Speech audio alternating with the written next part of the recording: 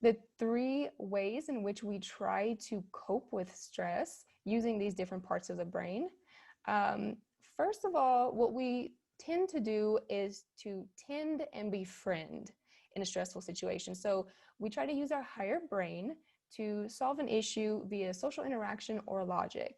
And if that doesn't work, we go to the fight or flight mode, and our internal wiring is going to propel us toward physical exertion so that we can discharge a lot of negative energy. And if that doesn't work, then we default to the freeze or surrender mode. And this is when we really become immobilized, numb, and dissociated from what's going on in our lives. And so research has shown that there is a really strong relationship between traumatic or highly stressful situations and the impairment of neurodevelopmental and immunological responses, as well as chronic physical and behavioral health issues. So in the top image here, we're looking at, on the left-hand side, we're looking at a brain that is relaxed and calm. And on the right-hand side, we're seeing a brain that is more stressed. So the brain that is more stressed, glucose and energy is going towards those lower segments of the brain, those lower sections of the brain that are involved with fight and flight, because those areas are in overdrive in a stressful state. So they need more energy to function. And in the lower image, we can see that,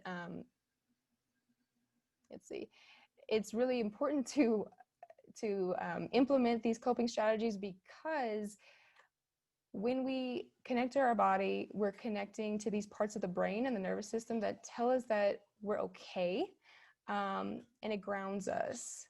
And if we are not grounded, then you can see how the information in the brain is sort of scattered everywhere. There's no like coherent movement, but when we're relaxed, we can really process what's going on in our lives. Awesome, thanks Jade. So we're just gonna watch, this is a quick, it's about 2.5 minutes that goes through, this is a really awesome video to show to teens to help explain what's going on in your brain during a high anxiety moment. So we're gonna play this really briefly. And if you have any trouble hearing the video for whatever reason, just please let me know in the chat box. We'll make sure to figure that out. And it's, Yoni, it's the slide, sorry, just back one. Perfect. Thank you. You know what anxiety feels like. We all do.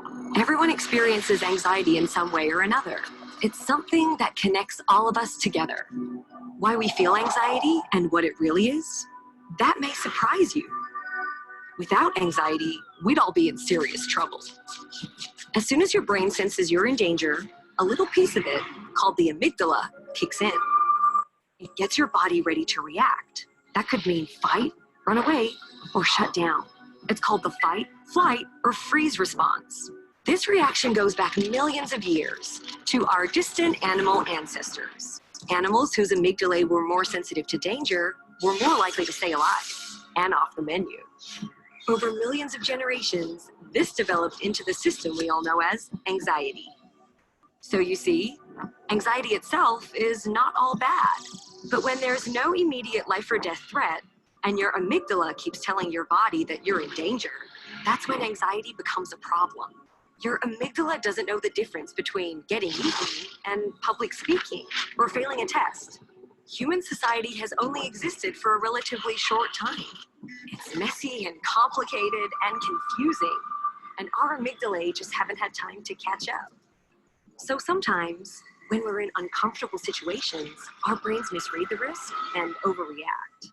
Our hearts beat faster and we breathe heavily, pulling more oxygen into our bodies. The muscles in our arms and legs tense up and fill with blood. Our skin perspires to cool us down. This would all be great if we needed to fight or run, but instead, we just feel tense and sweaty. Sometimes our minds go blank and we feel like we can't move or talk. That would be great if we needed to hide. Instead, we just feel stuck. When things trigger our anxiety, sometimes we try to avoid them, like our ancestors avoiding a predator. But that can cause problems when those triggers are important parts of life, like going to school or meeting new people, things that won't just give up and go away. So how does knowing all this help? Well, it starts with remembering what's really going on. There's nothing physically wrong with you. It's just your amygdala trying to tell you it thinks you're in danger, even if it gets confused about how much danger you're really in.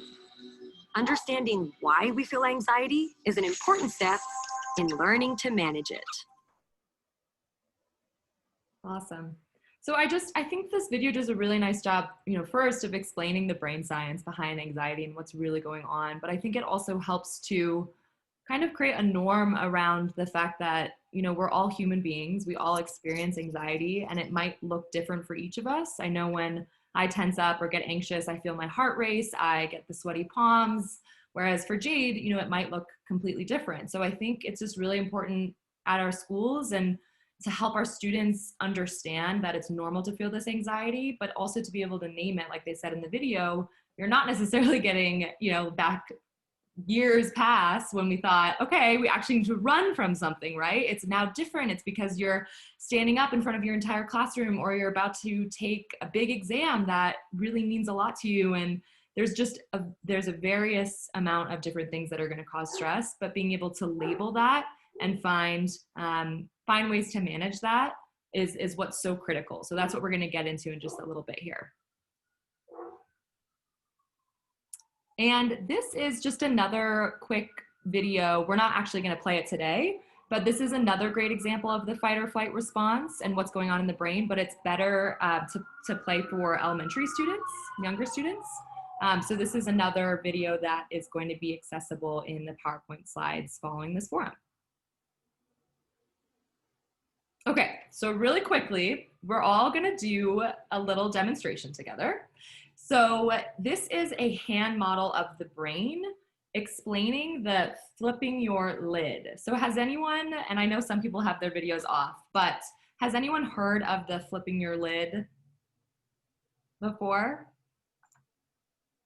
Okay, a couple people are nodding, some people not. Okay, so we're gonna go over it together. So this is another great way of explaining, using your hand, what's going on in your brain when you have your amygdala hijack, AKA flipping your lid. So everyone's gonna hold up their hand like this, okay? And we're gonna kind of go through the process here. So looking at your hand, at the base of your brain, so your wrist, okay? This is your brainstem.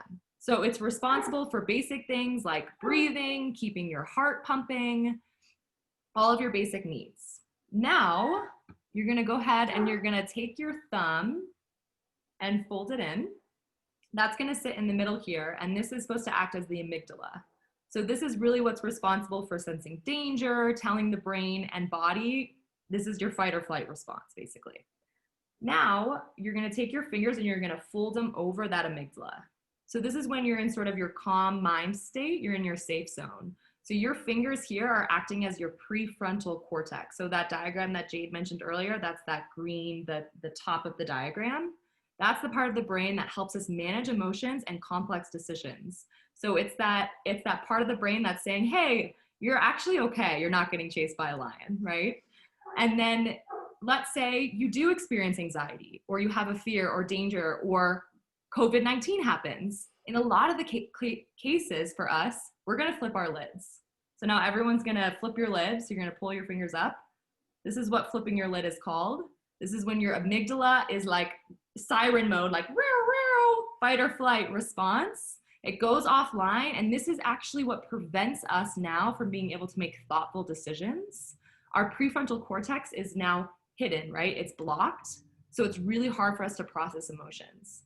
So what's helpful for students is to go through this kind of model and help them understand that when your brains are overwhelmed or they're going through this flipping their lid experience, to try to bring those fingers back down, have your prefrontal cortex calm your mind down, be able to reflect, reconnect, and use coping strategies that we're gonna talk about in just a little bit here.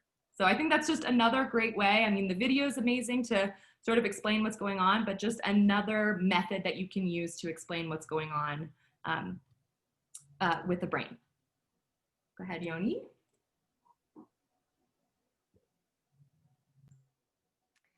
Okay, so these are just two different diagrams and posters that you can use in your classroom to help depict to kids and help them to better understand what's going on inside their brains. And I think some really important questions that we can ask ourselves is how do these brain states translate into actions and emotions? How do they affect our ability to teach and to learn? And how can we first recognize when we flip our lids?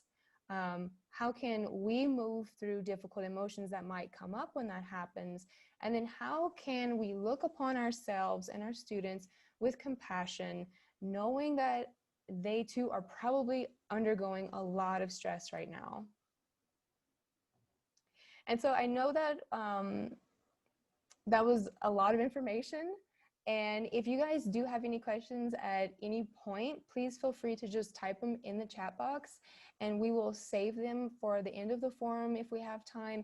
If not, we can address them via email after the forum.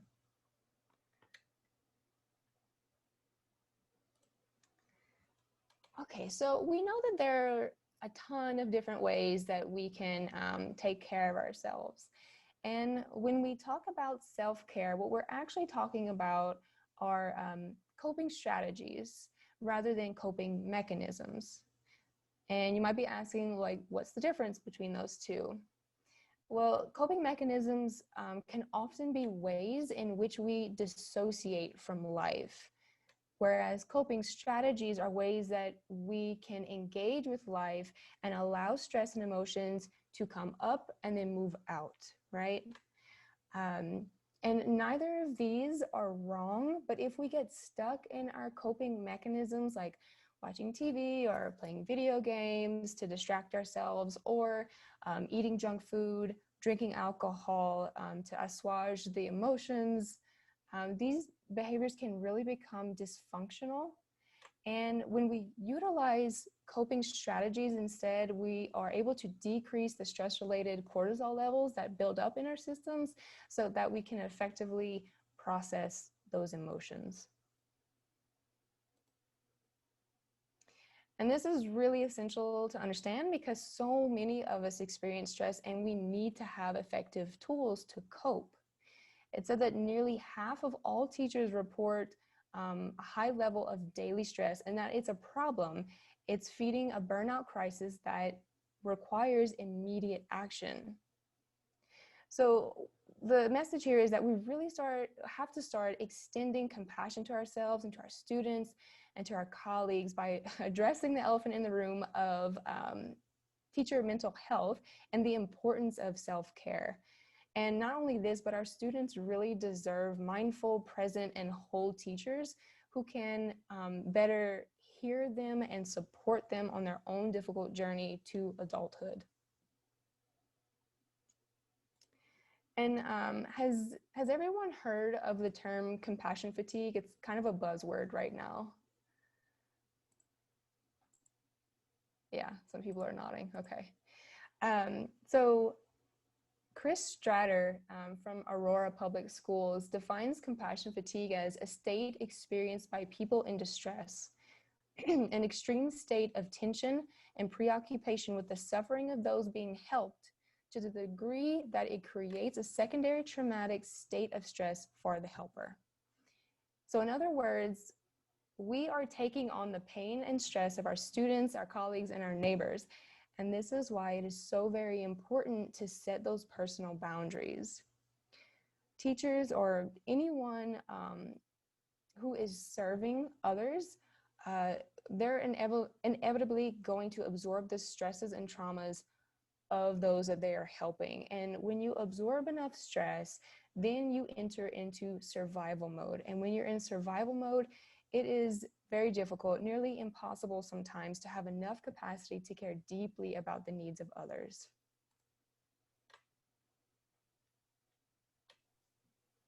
And with all of this, and we just wanted to point out, and this is where we're going to kind of transition into really talking more about self-care and what we can do for self-care. The good news, right, is that yes, We are facing stress and anxiety and compassion fatigue, but the good news is that there is room and there is space for self-care, and that we don't have to wait for anyone else to take action. So curing the burnout really starts within, and by normalizing teacher self-care. So embedding it within the school day, outside of the school day, and starting to practice just small, different strategies to really hone in on that self-care, and providing mindfulness and being in that present moment. So like Michelle Obama says, we need to do a better job of putting ourselves at the top of our own to-do lists. I think that's just so important. And yes, they might seem counterintuitive, right? For people who spend their lives serving others like you all as teachers, but we can't serve our students well enough if we don't have the energy and if we're critically being drained by stress and fatigue. So that is why it is so, so important to put ourselves at the top of those to-do lists. So next we're going to talk a little bit about, so as we're practicing self-care strategies, what we're really doing is we're building up resilience. And so this is a quote from Elena Aguilar. She is the author of a book. It's called Onward, Cultivating Emotional Resilience in Educators. And the way that she describes resilience is it's really how we weather the storms in our lives and rebound after something difficult. But resilience is more than this, she claims. It's also what enables us to thrive, not just survive. So with that, if you could just take a couple minutes and type in the chat, how would you explain resilience? What does resilience mean to you? And it could be one word, it could be a sentence, and feel free to just add those in the chat box.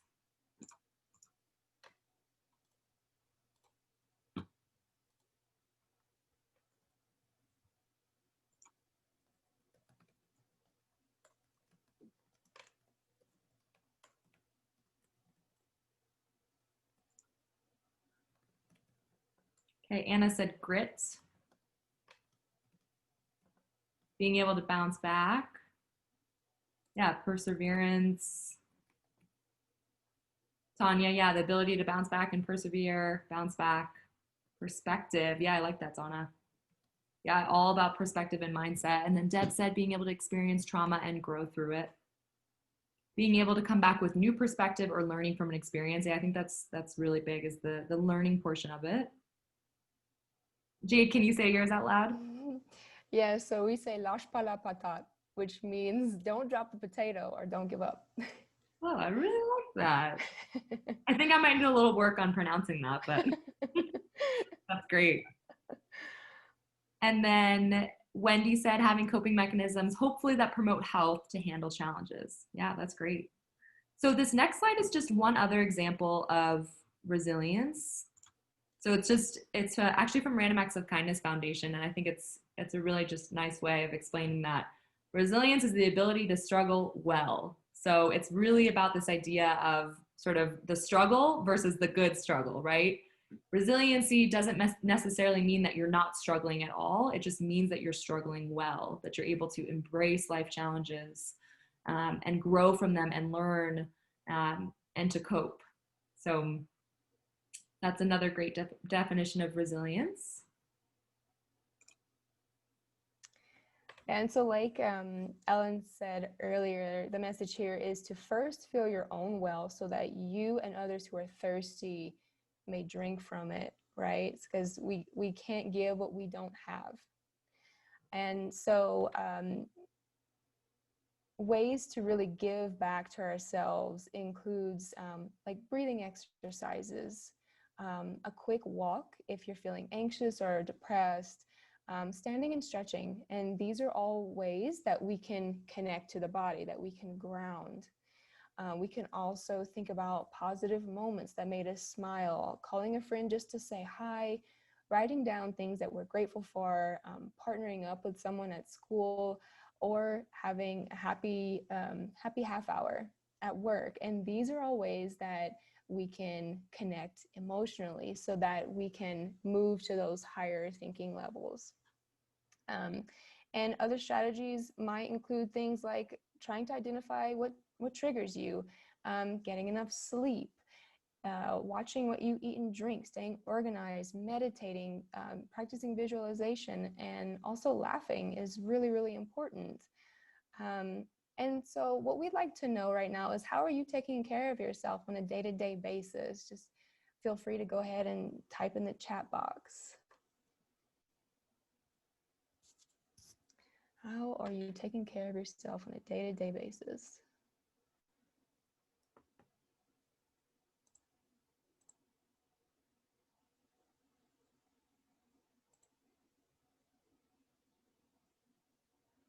People are going on walks, taking walks, getting some sunshine and fresh air. That's good, Anna. Daily dog walk. Reading the Bible and praying. I also love to walk. Awesome, Deb. That's wonderful. Yeah, I'm glad you guys are are putting yourself first, even for a little bit during the day. Tanya says, I'm not, but if I were, I would exercise, meditate, read, talk with friends, and go outside. Right, Tanya? Ideal world. All right, so we talked a little bit on the last slide about gratitude, like, or just, becoming aware of what you're grateful for in your life. And this is a really, really powerful tool. And science tells us that gratitude can help reduce stress, and it plays a major role in overcoming trauma. It can foster resilience even in the toughest times. And it has the power to help us heal and to bring us hope so that we can better cope with situations in our lives. And next, we're going to do a short activity. So Ellen is going to break us up into groups of 3. And what we would like everyone to do is just ping pong back and forth what you're grateful for in your life. And so this shouldn't really take a lot of thinking. It should just kind of be automatic and come out. The one rule is that you can't say same or ditto. So your responses have to be completely original and true to you. And we'll give you about 2 to 3 minutes to do that as soon as Ellen is finished setting up the groups. Yep, I think we're all set, Jade. Cool. All right, we're gonna open it up and we will see you guys back in about 3 minutes.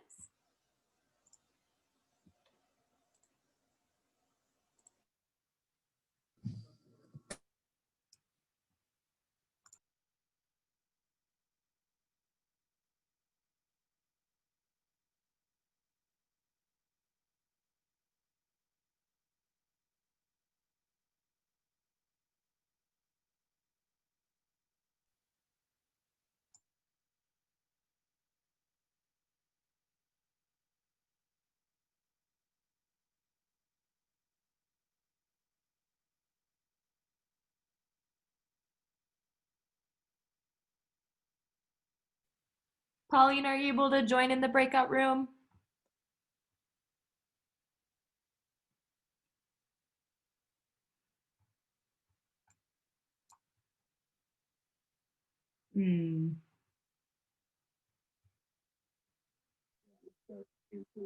Nope. Did you get a notification to join a breakout room? Did that come up for you? No, I didn't see that. Okay, let me see if I can re-add you. Just a minute. Okay, did you see anything? Okay, I'm seeing it. Yes, I'm seeing it now. Okay, perfect. Feel free to join in on that.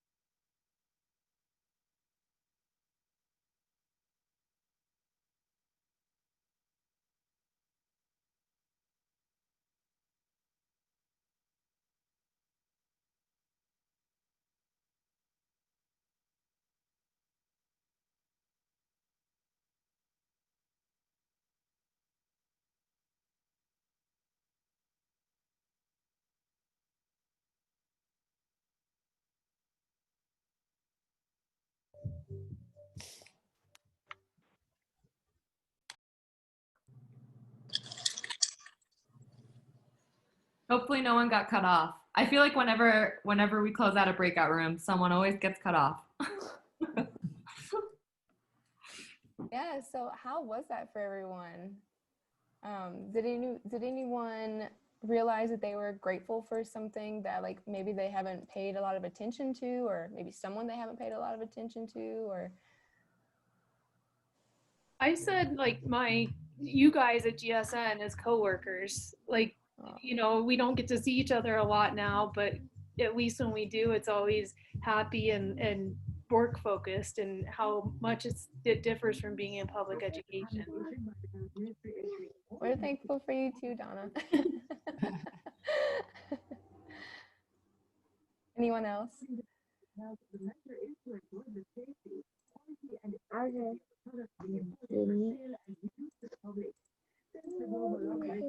I guess I said I was grateful for my family, but also I'm grateful that I was able to have the chance to have get the knowledge to be able to have the job I have and enjoy it so much.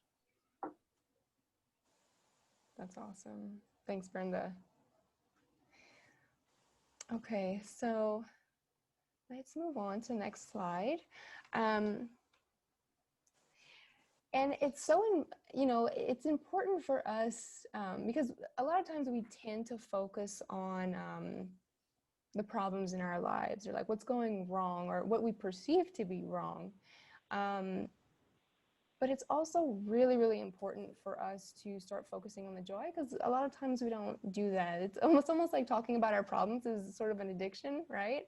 But when we start to practice focusing on what brings us joy or what we're grateful for, we can literally start to rewire the brain and create positive thought patterns so that our brain is not so much picking up all the negativity out in the world. It's not as geared to pick up that information. It's becoming more geared to pick up like, oh, this is the beauty and the joy and the love that I see in my life, and this is how I can show up in that, right? And so a way of doing this in your classroom is after class is over, you can all together write down like the good things that happened that day, the successes and the joys, no matter how small you might think that they are. You could post up a paper or a bulletin board on the wall and invite everyone to just write down all the good things that are happening throughout the day, and you can review them with your students. Other potential circle time activities that focus on positivity could be like peer or teacher appreciation activities, especially for K through 8th grade, where you list one thing that you appreciate about another, or where you list one strength that you see in others around you. And the next slides are just really focusing on bringing awareness to your daily routines, because this can actually help you to change your mindset and change your habits. So let's say when you wake up, what is one really simple thing that you can start to implement? Could you send a positive text message to someone, or could you simply say, thank you, I'm grateful for this day? When you eat breakfast, are you nourishing your body with healthy food? When you talk to people, are you taking time to compliment them or simply let them know how much you appreciate them? And it's not about completely changing your lifestyle. It's about just implementing very small things that bring you joy and give you energy. So you can think of like, do you like to cook? Do you like exercising? Do you like playing instruments or dancing? And you'll actually find that the more you work on your mindset and caring about yourself, the more productive you can be throughout the day, and the more time you have to focus on the things that you enjoy. Awesome. So we're now going to talk about, so this is an activity that you can do in your classroom. It's called the SelfCare Circle. And because we're in a remote space today, and also for some of you, you might be teaching in a remote space, we wanted to try this out together. And this is basically, we're going to spend a little bit of time reflecting on how we've recently practiced caring for ourselves in 4 different dimensions. So physically, mentally, emotionally, and spiritually. So I'm going to add in the chat box a Padlet.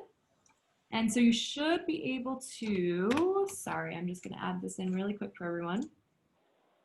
Once you click on that link, it should take you to the Padlet that lists out the 4 different dimensions. And so if you can just think to yourself, just take a couple of minutes here, and you can, using the plus signs, you can start adding in ways in which you practice self-care in each of these categories. So we'll give you a couple minutes to type in the Padlet, and then we'll come back together.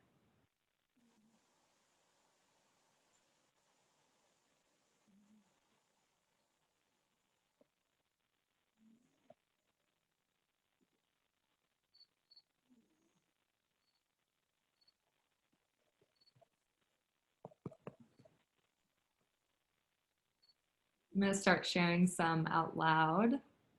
So for the mental space, we have travel. I like that a lot. Taking quick trips to different places, sharing daily emotions with another. That's awesome. We're actually going to talk in just a second here about identifying our emotions and how often they change. Playing guitar. I wish I was good at playing guitar. Whoever that is, that's amazing. Listening to music. That's a big one.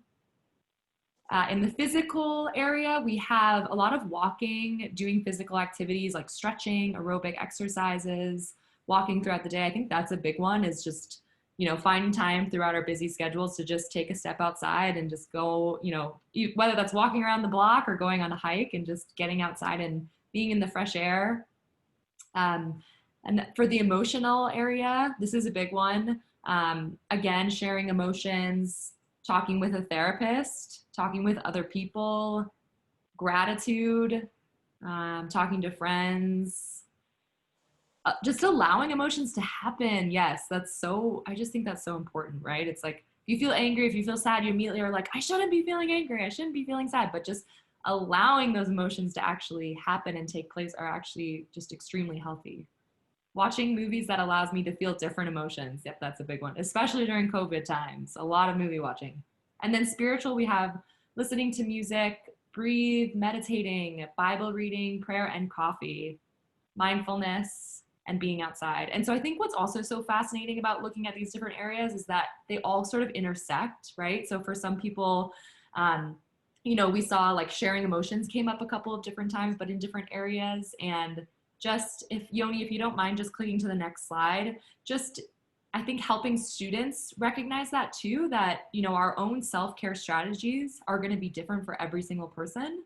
And there's all different types of self-care. So we today talked about these 4 different areas, but looking at this slide, I mean, there's so many different things that you can do around self-care, right? In the social space, the personal space, at work, you know, finding those moments to take breaks and, you know, get outside. So there's a lot of different things, that ways in which we can practice self-care. And so really appreciate you all contributing to the Padlet, and you all will have access to this link. So feel free to make a copy of it. You could do this with your students in the classroom. Maybe instead of using the Padlet, you get out a piece of poster paper and students all write on different Post-it notes in the 4 different categories. A lot of different things that you can do with this. And just again, you know, going back to this idea of what we were talking about earlier with the brain science, just finding ways again to connect our bodies and build the present moment awareness, to really honor what our bodies are needing and what they're telling us. And then ultimately to just regain that sense of safety and ownership. Okay.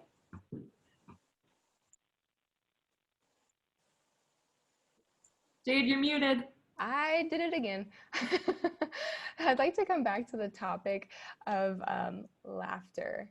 And it's really interesting because statistics show that 6-year-olds laugh an average of 300 times a day, whereas adults laugh 15 to 100 times a day.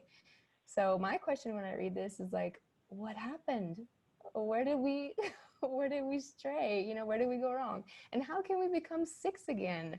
And you may be wondering, like, well, why is laughter so important? And Ellen, could you share, or I can actually share the link to a YouTube video about Yep, laughter. I'll share it right now. Oh, okay, cool. um, we both did. This link, it talks about laughter yoga. And if you don't know what that is, it's basically just forcing yourself to laugh until you feel silly enough that genuine laughter comes out. And it's the most awkward thing that you'll experience in the first like few minutes, but it's so much fun. And so laughter doesn't only just get the blood flowing and the endorphins flowing, but it can promote a stronger immune system and better tissue health. It could increase your ability to cope with and think through really difficult situations, and it can improve your mood by decreasing stress, anxiety, and depression. So the message here is just to find ways to laugh every day. Find that silver lining. And you can do this by just like laughing at your everyday life, things that happen. You can share a funny joke with colleagues and friends, watch a favorite funny movie or show, or you can find some very funny and very relatable memes to laugh at, which we'll see on the next slide. I think these are hilarious. So if you guys can't read them, the top left one says, when the bell rings and the teacher forgot to mention homework. I know I was always jetting out the door before anyone ever mentioned homework. When someone asks if all of your grading is done, or when you find out that your worst behaved student has 3 younger siblings. Makes sense. All right. So our next slide is talking about the fact that all of our emotions are so important because they're the ways in which our bodies and minds communicate with us. And feeling sad is just as important as feeling happy, no matter what anyone tries to tell you. Has anyone watched the movie Inside Out? I know a lot of, yeah, it's adorable. And if you haven't watched it, I highly recommend it. It's so good. But this movie shows us that as we get older, our emotions begin to blend together and they combine to create newer and much more complicated emotions and feelings. So I really love this chart. It would be something that could be really useful in the classroom. It depicts the different combinations of emotions, and these combinations are really dynamic and they can change from moment to moment. They're not set in stone. But this also means that we can choose something different for ourselves. So we're not just stuck in a sad state or in an angry state. We can choose to bring in different emotions into our lives. And so like if you're using this in a classroom, this could be maybe like a blown up poster, and you can have sticky notes or tags of some sort, and your students can place their names on these different emotions so that you kind of know where they're at throughout the day. And you can even put your name on there so that they know where you're at, which is also very important. And let's see. So now, okay, so we might not have time. But this is a short little video. It's a fun little video that you can go through with your students if you want. It's helping them to identify the emotions of the character in Inside Out. And what we would like you to do, since we don't have time, but we would like you to just reflect on how your emotions have been merging and changing throughout this COVID period, and also during going back to school. Like how have you been handling that, and how has your body been communicating with you? On the next slide, we also show, so there's an app called the Mood Meter app, and this is a really good way for you to keep track of your emotions every day. And if you can't access that or don't want to for any reason, you can simply journal and ask yourself questions like, what did I notice about my emotions today? And are these emotions typical for me? And how did it feel like to focus all of my awareness on my emotions throughout the day? And which emotions got the most judgment? You know, are you judging your sadness or your anger and not your happiness? And how does that play out in your life?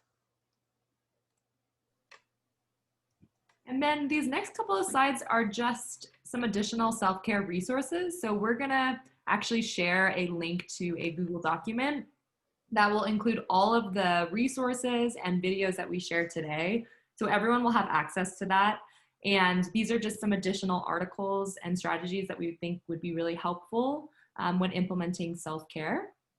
And then the next slide is just the resource that we mentioned earlier, the book by Elena Aguilar on cultivating emotional resilience in educators. This is what the front of the book looks like. You can buy it on Amazon.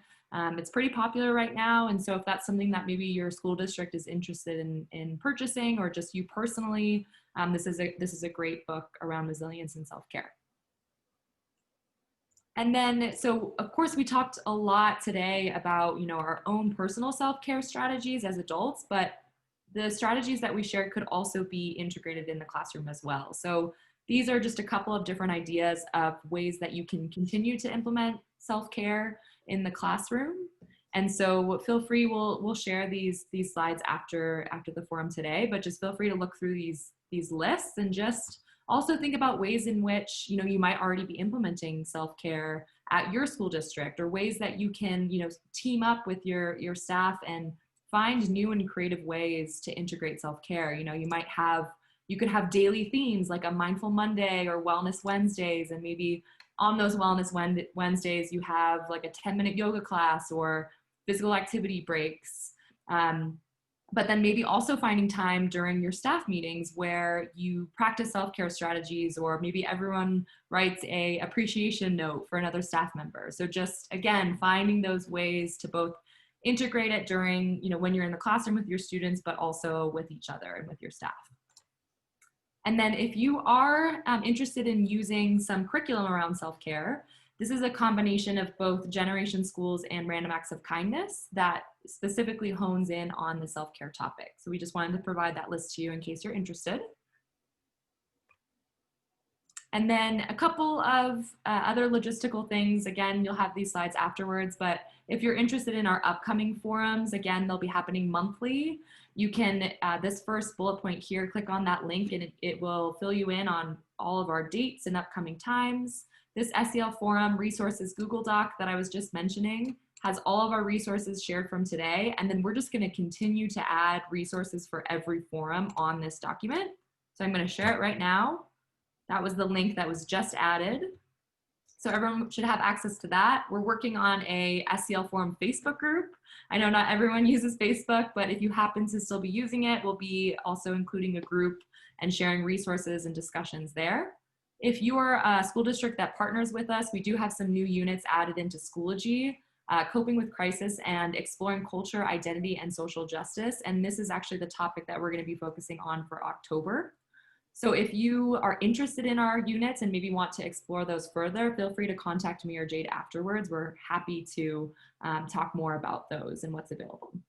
We also have a monthly newsletter and a sign up link if you're interested in receiving those.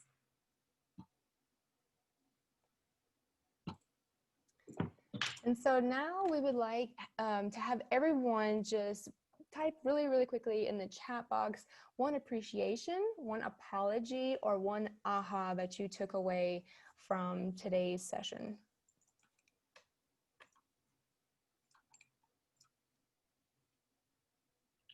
And while people are sharing, this is also a great strategy to use in the classroom as sort of like a wrap up to a class session, or maybe you're doing an SEL activity. So this is just a great practice that we at Generation Schools really like to use.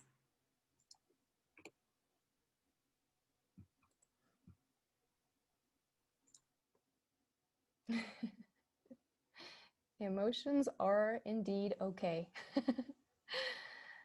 The flip your lid illustration using the hand, anxiety video.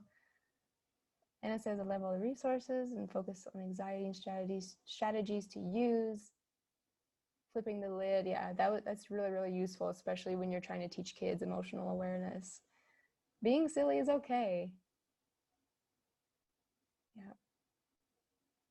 All right, thank you everyone so much. And before we leave for the day, I copied and pasted in the chat box a link to our survey, a feedback survey. Ellen and I would really, really love your feedback. If you'd like to see anything else, if you'd like to talk about anything else or any improvements that we could make, we would love to hear from you. And just thank you so much. And if you have any questions or any comments, please feel free to reach out to us. We have included our email addresses here, and we hope you all have a wonderful rest of your afternoon. Thank you so much for joining us, everyone. Thank you everyone so much for your time. Have a great day. Thanks, Jade. Yeah, thanks.